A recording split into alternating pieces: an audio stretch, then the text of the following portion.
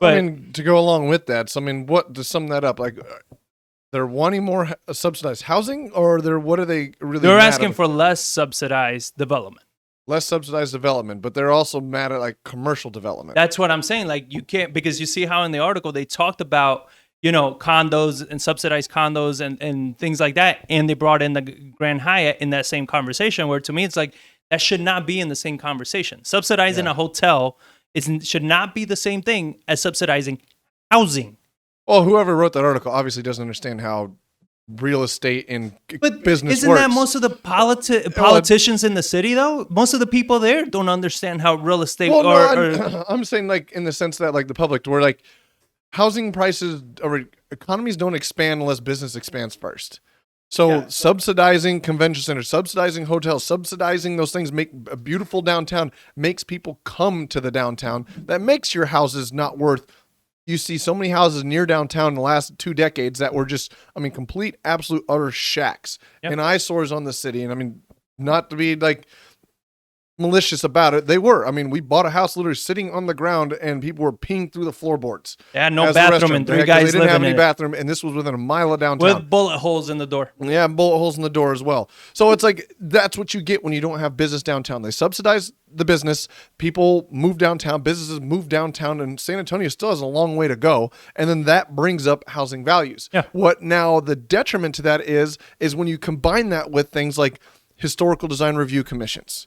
You have the government boards, you have the public opinion, you have all these things that stop development for housing, and that makes it harder to drive prices up because you've now limited the supply. The demand has been created for housing downtown, but now when it takes absolute just that makes years it easier to drive prices up, you mean? It drives prices up. And instead, like, we want more affordable housing. All these people are coming and driving prices up, and like we need to slow this down and talk about it. Like that has the exact opposite effect of what you're going for. It's like it's going to drive prices up. What you need to do is you need to subsidize more things to get more supply to the area that can stable off these massive price increases. Yeah. And it's like, but everyone just focuses on prices are increasing. We can't be having this. We need to slow this down. Like, no, you trying to slow this down is what causes the problem to make it go even faster. Well, I think it's just that lack of education, because you hear sometimes the bills and the stuff like, let's say, you know, you're coming out with something to subsidize better housing, and somebody comes up with this argument. Oh, but look at what happened with the Grand Hyatt. It's like, nobody's talking about the Grand Hyatt. That has absolutely nothing to do with housing. Well, we subsidize development. No, that's development on a freaking hotel. Nothing to do with housing. Yeah. Different problems. Well, but they attack it now. So I have an article that came out, and when it came back around, I was like, oh, I remember hearing about that 3 years ago. So you have this massive building that when you're working on our downtown house in that area in Denver Heights, there's this massive Fredericks Ice building. That is this huge, dilapidated, rundown, just concrete structure that hasn't been used in decades.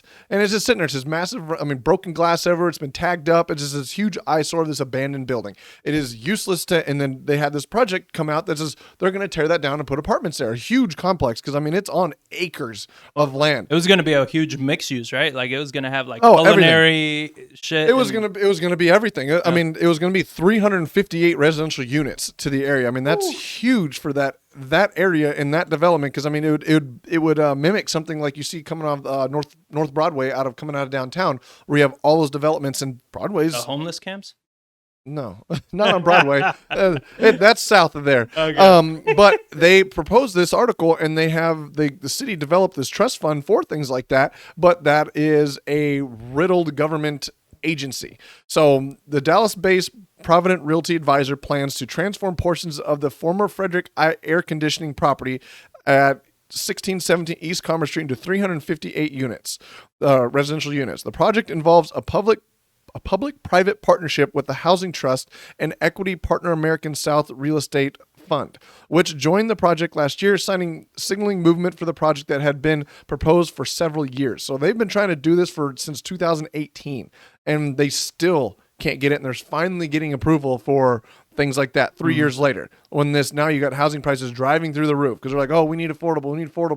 It's like you waited 3 more years and you just made things more unaffordable because you're not supplying getting the units. So the San Antonio Housing Trust Public Facility Corp. on June 8th delayed its decision on whether to grant final approval for a long-stalled East Side project to obtain $63.3 million in permanent financing from the U.S. Department of Housing and Urban Development. That decision came as members of the development team said that any delay in the approved process could put the relationship with the equity partner at risk. Luckily for the project, the Housing Trust was able to meet the June 14th deadline. In that meeting, more than a dozen residents spoke against the city-affiliated nonprofit involvement in a largely market rate project, which excludes the developers from property taxes. Some said it would lead to gentrification and displacement in the community. Housing Trust Executive Director Pete Alanis said the organization's renegotiated its deal with the development team, reserving an additional 10 units for residential making less than 60% of the area median income, as well as adding a fee that goes back to the trust when the property is eventually sold. District 1 Councilman Robert Trevino was the one board member to vote against the project. He said that with the growing value of property surrounding downtown, the Housing Trust should have further conversations about whether it should be helping to fund such a property that may boost housing costs which around it rather than contributing to more affordable housing. It's like, well, there you go. You stalling and not talking and not getting 358 units to the house is going to increase demand or limit supply when there's a massive demand for housing. And what a surprise that Trevino is against it. Yeah. My God. Does that guy do anything useful? No. Well, he wants to run for mayor, so he's trying to do everything to go after. He's trying to appease to the renters. But then they talk about gentrification, right? It's guys, I'm sorry. I get it. It's a nice little buzzword to use and all that, but it's like you cannot have a vibrant city, a vibrant downtown when you start getting the types of restaurants, bars that are going to open up to cater to that and everything. The people that are living there that essentially won't be able to afford to even enjoy those amenities. You understand? Because even if you could just afford to stay there in your house, you won't afford to enjoy the neighborhood, right? There's probably going to be a Whole Foods that's going to open up soon and some other, like hipster, like Whole Foods kind of thing that open up in those places. Whole that's Foods like yeah, whatever, expensive ass food for no reason. And it's like, that shit happens. Like, that's the only way cities, it's not developers, it's not investors that cause gentrification. It's the city that causes it by wanting to revitalize an area, by wanting it to become more vibrant, more people, more density. Like, you cannot have it both ways. It's impossible because the only way that makes it vibrant is money. You need to bring in money to the area. If not, businesses won't go there. Restaurants won't open up. And if you can't bring money to the area, then you can't have a vibrant downtown. So, and the people that are living there that won't be able to afford to live there anymore, they're not the ones that are going to keep that vibrancy going because they won't be able to afford to be there.